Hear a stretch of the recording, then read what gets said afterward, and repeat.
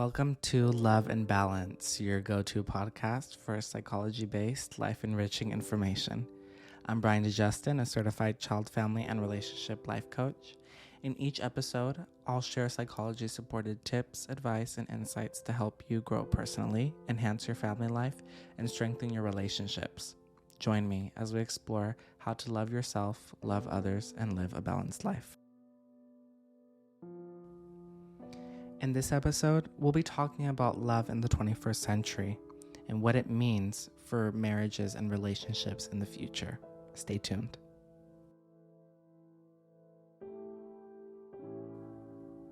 So I think we can all agree that the 21st century has its own difficulties and challenges in regards to love, marriage, connection, friendship, family. Everyone agrees that being in a relationship now is not the same thing as it was even 20 years ago, 30 years ago, 40 years ago. Relationships have evolved and they change, and especially our notions about family, what a family is, what does family mean, what is a family responsible for. These things change over time. And what happens during these changes is that they challenge old ones. Our new conceptions of family challenge our old ones. But here's the question. What do we do if these changes aren't always good? What do we do when the changes that society and politics and law don't benefit us the way we believe them to? What do I mean by this? Since the 21st century began, we have lived in a state of fear. Before the year 2000 even started, we were already scared of it. It was like it was a prediction. It was like it was a prediction of what was to come. And after the 2000 bug hysteria, we of course got the crisis of 9/11. Of course, that changed society, how we live, our relationships with other countries, our international politics. Everything changed when that happened. In 2008, we got the economic crisis, which, of course, likewise changed how we trust institutions, how we trust politics, how we trust news. And after the 2008 crisis, we had everyone thinking that the world was going to end in 2012. And then after the 2012 crisis, a couple years later, we had the 2016 election. That no matter what side you're on, it augmented our sense of polarity and division. And after 2016, 3 years later, had the wonderful COVID-19 pandemic that very much conditioned us to be suspicious, cautious, careful of other people, even our family members. So far, the 21st century has really changed our definitions of what we consider safe. Even our relationships with people, we don't consider safe. Now we have the crisis of inflation that's happening currently right now in 2024. When difficult times surge, desperate measures follow. And especially in regards to dating and family life and family relationships, this obviously is implicated as well. Because relationships and family relationships have also been implicated. We are more careful of other people. We are more careful of letting people into our house. We're more careful about making sure that the doors are locked, that the windows are closed. We're more careful about who we confide in, who we trust, who we open up to, who we befriend. That is something that we are more cautious of than ever before. And this, of course, affects dating. Now, how does it affect dating and not only dating, but relationships, romantic relationships? How does it affect it? Well, it affects it in the sense that when people are in survival mode, as they are now, people do anything to get ahead. People will do anything and everything to make sure that they're okay. And this was especially true during the whole social distance crisis of COVID-19. It was everyone move out of the way. I only care about myself. We saw that with the toilet paper, with the Clorox wipes, with everything. Everyone was out for themselves. And I don't think that as a society, from a psychological and sociological standpoint, we have not reversed that conditioning that happened to us at that time. I do not believe that in the slightest. If anyone were to tell me that, I would challenge that a million times over. It was a collective trauma. COVID-19 was a collective trauma. And I do not believe that we have healed that as a society or as persons, not to mention that every single person has came out of the pandemic in their own unique way, or that each person experienced the pandemic in their own unique manner. Everyone during the pandemic was in a state of offense or defense. And I don't think that people have came out of that state of offense or defense since. I really don't. I really don't. Where does this state of offense or defense come from? It comes from past injuries. This mindset is what compels people to hurt others to get ahead. But then what happens? What happens is this cycle of pain and this cycle of distrust and this cycle of betrayal. Because usually what people who think like this do is they go after innocent, unknowing, naive, gullible people, trusting people. They go after them first. These people who have no pain, no suffering, no agony, no distrust, these people who were perfectly fine before they met them, now they just entered their lives. And what happens? They use them. So then this person who was at one point totally free of injury, confident, wonderful, perfect, very autonomous, this person that was at a high level of personal functioning, and this person that had no hurt and no darkness in them, just got hurt by the person who was hurt before. And now what happens?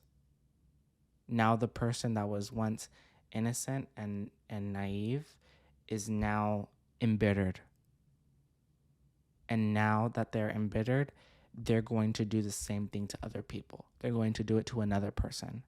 And then this other person, of course, is again the same way they were: naive, loving, compassionate, altruistic, considerate, caring. And then they hurt them. And unintentionally or intentionally, but they do. And then again, that person becomes embittered even more. And then it's a cycle. It's a cycle. It's a cycle of pain. And I truly, truly believe that this cycle of pain is what we're living in. Now, what does that have to do with deciding to get married? Because nowadays, people are so scared to open up that they're scared to date. People are scared to date. People are scared to trust their partner, even if they've known their partner for 5 years, 10 years, 7 years. I see in my personal life coaching that they are scared to be intimate. How? How can people be intimate? How can people be more inclined to trust when others are more inclined to betray? How does that work? I do not understand how that works. I don't. I mean, it's not a surprise that in 2022 there was one divorce for every 2 marriages. It's really not. It's really not. People live in so much fear now than ever before. So, how do we discern? How do we see who is right for us? Who is good for us? Who is a good person to be with? How can we decide who is a good person to marry? And when someone, and no, and then on top of that, when someone does want to get married, how do we know it's truly for love? How do we know that this person truly wants to be with us for us and for what we have to offer? So, again, in my article, The Decision to Marry, I talk about that. I talk about that, as I will talk about here. We can decide who our person is from the start. From the start, from the beginning stages of going out and getting to learn someone, you will learn if this person is right for you or not. This person has to have emotional maturity, which is the foundation of a stable marriage. It involves the ability to understand and manage your emotions and communicate them effectively and handle conflicts. You need to be an emotionally mature person in order to be able to talk to someone, to resolve a problem with someone, to understand someone, to be empathetic towards someone. You have to be emotionally mature. And so does your partner. Again, another thing, financial stability, which for everyone it's difficult now. Financial stability, again, is another critical aspect of readiness for marriage. And again, I don't mean being rich or abundant in wealth, but rather, what I mean is understanding each other's financial habits, your debts, your goals, discussing your budgeting practice, spending habits, saving plans, being on the same page financially, having a life plan. This provides a solid foundation for your married life. Another thing also that helps too is, of course, having life goals that aligned. If your life goal for some reason is to live in a cottage in Italy and your partner's is to have a city life in Los Angeles, where are you guys headed? How are your goals going to be compatible when you both have opposite goals? No, there's no way. And again, these conversations, and I must stress them, they must be had as early as possible in a relationship. They must. They must. If your goal is to have a married life with children and your partner does not want any children, and that's a 100% non-negotiable, where are you guys headed? The relationship isn't going anywhere then. So it all that's gonna happen is you're gonna reach up to that point where the kids are supposed to come in, and then you're gonna break up. The closer you get to that point where your guys are supposed to have kids in your mind, the closer you guys are to breaking up. At first, it's fine. Okay, that's so long. Okay, it's fine. We can deal with that later. But then when later comes, that's when the problems start popping up. Another thing too is also knowing if you and your partner have the same values. If, for example, your partner is Roman Catholic and you're Jewish, and there's, and their family has problems with you and your family has problem with theirs, that's not going to be that's not going to be a very prudent relationship. If your spouse is Republican and you're a Democrat, and your family can't stand your spouse, and your spouse's family can't stand you, that's not going to be a very loving, prosperous, healthy relationship either. And again, this is in the case that it's something very important, critical critical to you, critical to your well-being. If that's the case, there are people where this works. There are people, there's there's people who one partner is Catholic and the other one is atheist, or one person is a spiritualist and the other one is a Pentecostal. There are people that it does work. There are people that it does work out for. But again, this isn't mostly the case. Um, another thing too that is important to know when you are dating someone or you are in a relationship with someone and you're considering marriage is whether or not this person helps you and increases you and helps you achieve your goals and values your goals. Remember, love is only good when it elevates you, not when it brings you down. So if you're in a relationship with someone and you are giving and giving and giving and you are supporting them, you are supporting their dreams, you're supporting their ambitions, you're supporting what they do, what they want to do in life.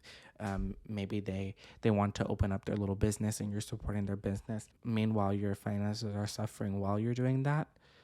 That's obviously a very bad indicator of a vampiric relationship. It's not sacrifice, it's vampirism. It's one-sided benefit. When it's one-sided benefit, it's not sacrifice. It's a vampiric relationship.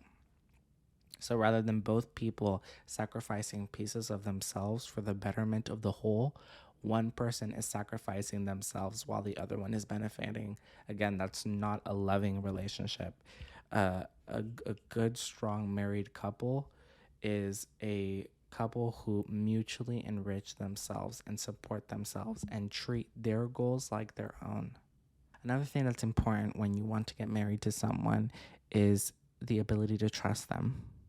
Do you trust this partner? Do you trust this person? Can you tie, a blindfold around your eyes and walk and trust that they will tell you when to stop or when to turn left or when to turn right? You have to trust this person blindly. If you don't, what makes you think that you're going to be comfortable sharing a bank account with them? Another thing too is the ability to forgive and understand. Betrayal is part of all relationships. And when I mean betrayal, I don't necessarily mean sexual infidelity.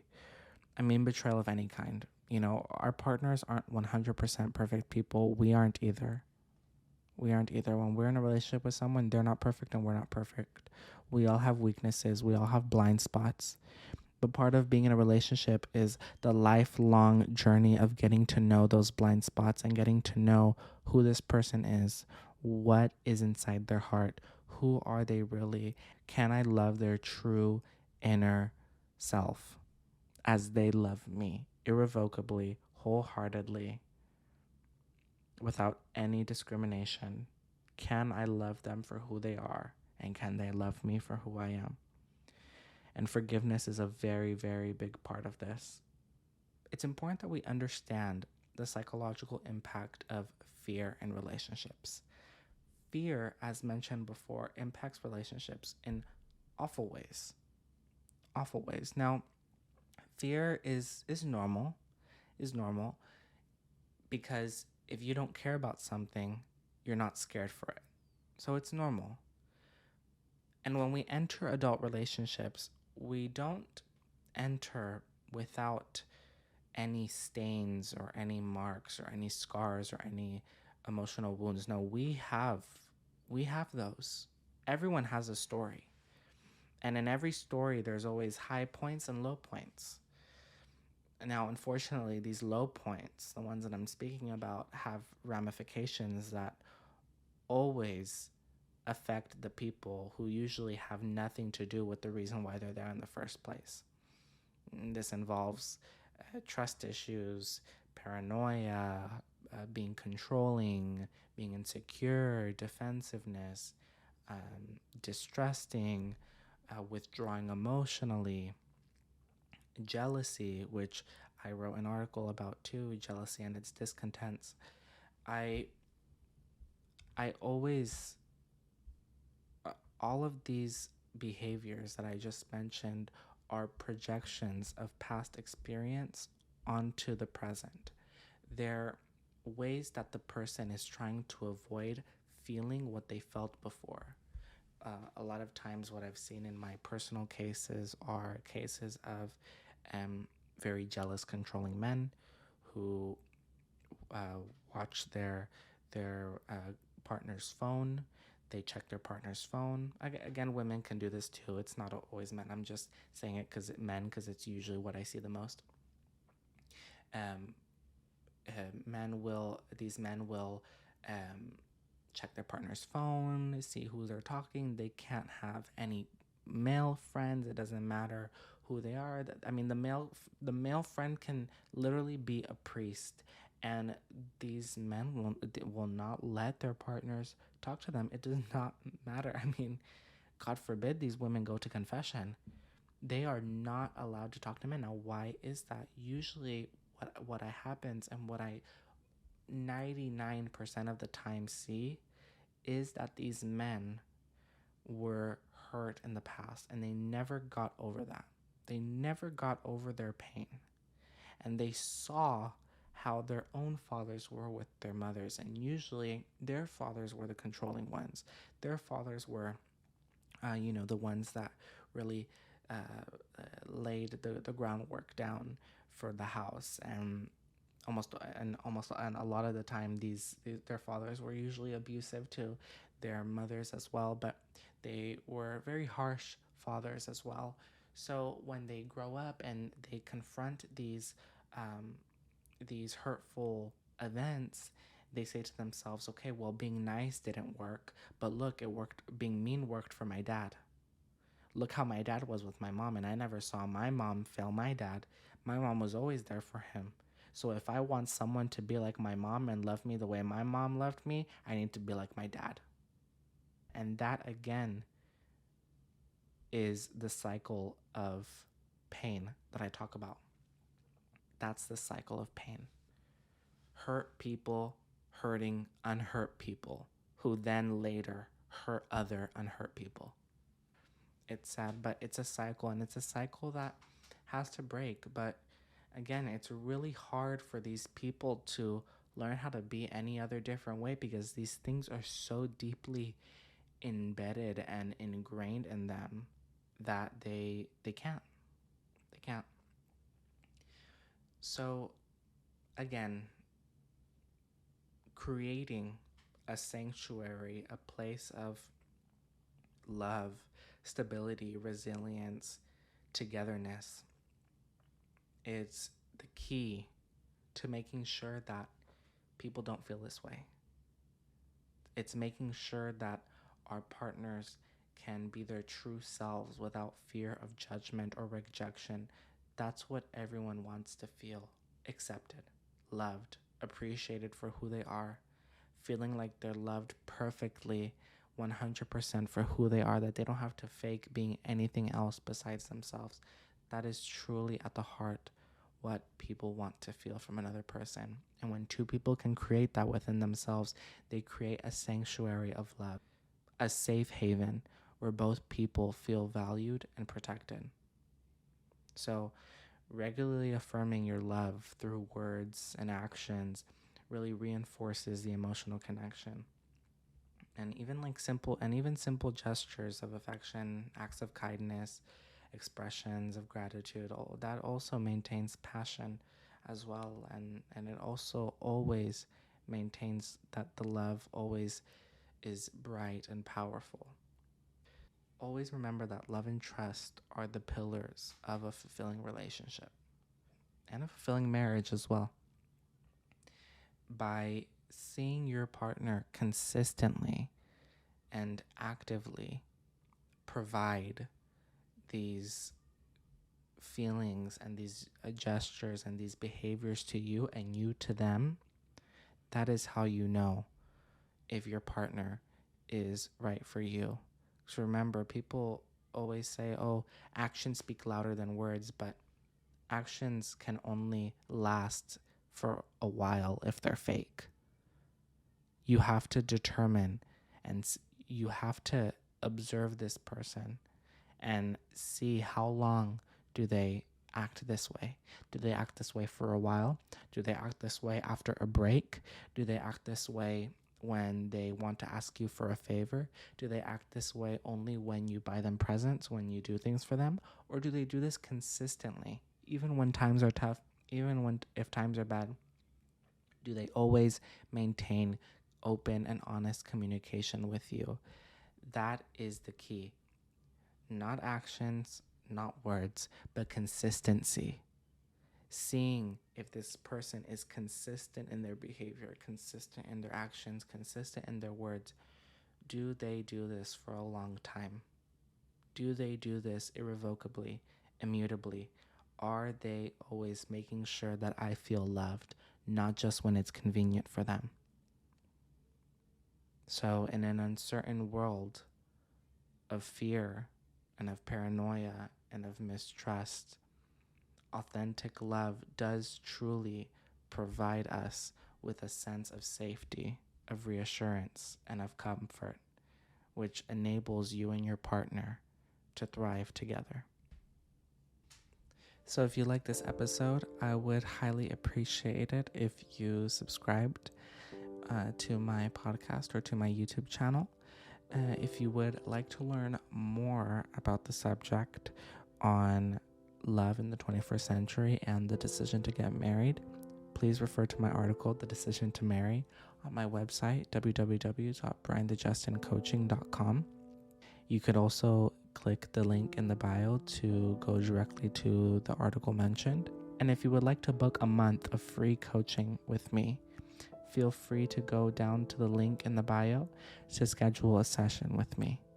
Thank you. Blessings.